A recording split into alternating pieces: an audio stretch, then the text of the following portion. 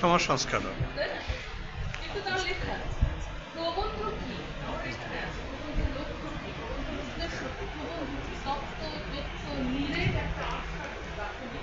তো এই নিরেট নীরস আটসাট গাঁথুনির মধ্য দিয়ে জীবনের সমাজের নানান সমস্যাকে, সেই তৎসময়ের সমস্যাকে এই প্রবন্ধের মধ্যে এবং স্বল্প পরিসরে উপস্থাপন করা এবং সেখান থেকে উত্তরণের পথ বলে দেওয়া, যেটি অনেক অংশে সেটি হলো প্রবন্ধের লক্ষ্য ও উদ্দেশ্য। তাই আমি মনে করি আবুল হোসেন যেহেতু মুসলিম সাহিত্য সমাজকে তিনি অগ্রবর্তী করতে চেয়েছিলেন এবং সেই দিকগুলো থেকে ছোট করে বলছি তিনি ধর্মীয় ক্ষেত্রে যে দিকগুলো দেখেছিলেন, আমি এই দশটা প্রবন্ধের আলোকে তার জন্মবৃত্তান্ত যদি দেখি তাহলে আমরা বলতে পারি যে তিনি সম্পূর্ণরূপে একজন আস্তিক ব্যক্তি ছিলেন। বাবা দাদা তার পিতা তারা হাজি, তারা মৌলভী, তারা ইমাম, তারা মাদ্রাসায় শিক্ষা গ্রহণ করছে এবং মাদ্রাসায় পড়াচ্ছে, ধর্মীয় গ্রন্থ রচনা করছে।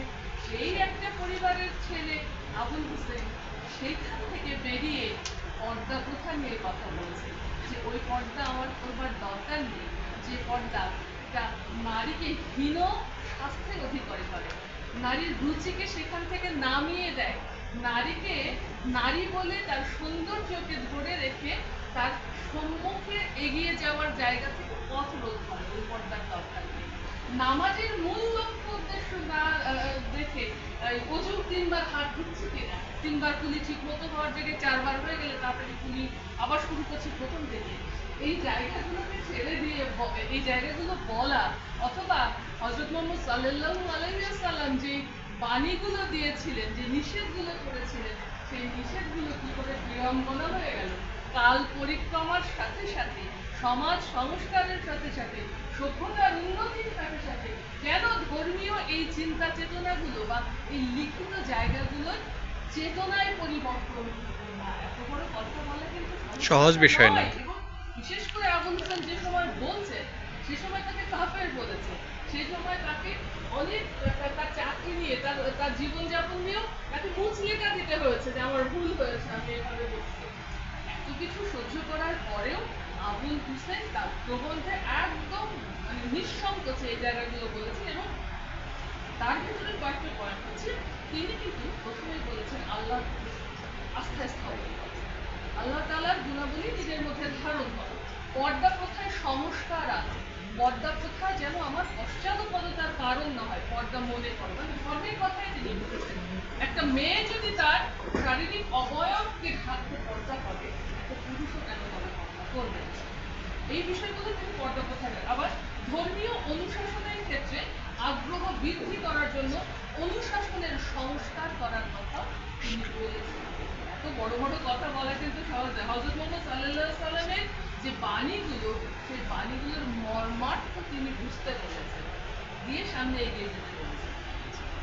অতীতের প্রতি মুখ বাঙালি পিছিয়ে পড়ার কারণ, অতীত আমার 14 পুরুষের অমুক এই করেছে, আমার তমুক সে করেছে, অথবা আমি ফেলে এই স্থবিরতা থেকে তিনি বেরিয়ে বেরিয়ে আসতে আসার বলেছে। জন্য বলেছেন যে অতীত থেকে ভালো, কিন্তু পূর্বের দিকে তাকিয়ে দেখো, তোমার পূর্বপুরুষগণ কিন্তু অতীত থেকে নিয়ে সেটাকে টপকে সামনে এগিয়ে গেছে, তুমি সেখানে দাঁড়িয়ে আস্ফালন হচ্ছ।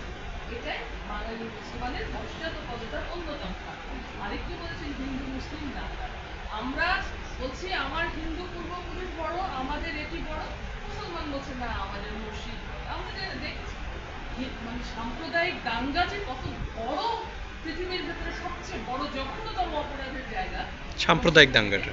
সব সময় তাই, সেটিও হয়েছে। এই জায়গাগুলোর কথা বলেছেন এবং আমাদের পিছিয়ে পড়ার অন্যতম কারণ বলেছেন পাশ্চাত্য শিক্ষার অভাব। আমরা দর্শন, আমরা মুসলমান, আমরা বলেছি কিছু কাফের না না না এটা গ্রহণ করা যাবে না, ওটা ইংরেজদের, আমরা সেগুলো গ্রহণ করি, সেখান থেকে আমরা দর্শন নেই, বিজ্ঞান নেই, আর্ট নেই। যেখানে বলেছে 7 বছরের একটা হিন্দু মানে সম্প্রদায়ের সন্তান যা শিক্ষা গ্রহণ করে, আমরা 11 বছরের সন্তানের ভিতরেও তা খুঁজে পাই না। যেখানে হিন্দু কলেজের কথা বলছে বেশি আছে, সেখানে মাদ্রাসা তার চেয়েও বেশি আছে, এখানে আমরা পরিসংখ্যান বেড়ে আছি সময়ের অভাবে, এখন আর কিছুই না বলি। তো এই বিভিন্ন দিকগুলো আছে, এই বিভিন্ন দিকের সাথে সাথে আমি কেন এখন এসে এসে আমি কি পেলাম এখন তার কথার সাথে আমার কি? আমার কেন আমি আবুল হোসেনের এক তো 1926 সাল 1927 সাল থেকে যে শিক্ষা গোষ্ঠী যে ইয়ে পত্রিকা তারাও কিন্তু কন্টিনিউ করতে পারেনি, মাত্র 31 সাল পর্যন্ত শিক্ষা পত্রিকা কন্টিনিউ করতে পেরেছিল, তারপর পারেনি। তো এখন ঘটনা হচ্ছে যে আবুল হোসেন সেই সময় নিচ্ছে, তার সময়কাল, তার জন্ম মৃত্যু সময়কাল 1896 থেকে 1938। তার লেখালেখিতে তার করেছে 10-20 বছর পরে লেখালেখি শুরু করে। তার এই লেখালেখির সময়কাল যদি আমরা স্মরণ করি, সেই সময় তিনি যেই জায়গায় বলেছেন, আমি জোর গলায় এটি বলতে পারি, তার সেই চিন্তা ভাবনার জায়গা থেকে এখন এসে কেউ সম্ভব না। পার্সেন্টেজ হিসেব করে বলি, তাহলে আমরা 50% এগিয়ে যেতে পারি।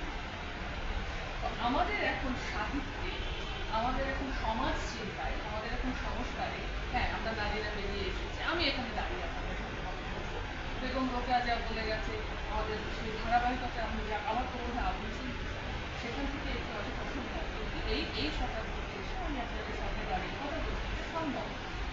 তো এইভাবে আসলে পার্সেন্টেজ আমি দিয়েছি যে বর্তমানে কত পার্সেন্ট শিক্ষিত, কত পার্সেন্ট নারীরা শিক্ষিত, বোরখা এখন কত পার্সেন্ট নারীরা পড়ছে, সমস্ত দিয়ে দিয়ে আমার এখানে আছে, আমি পেপারটি জমা দিয়ে যাচ্ছি।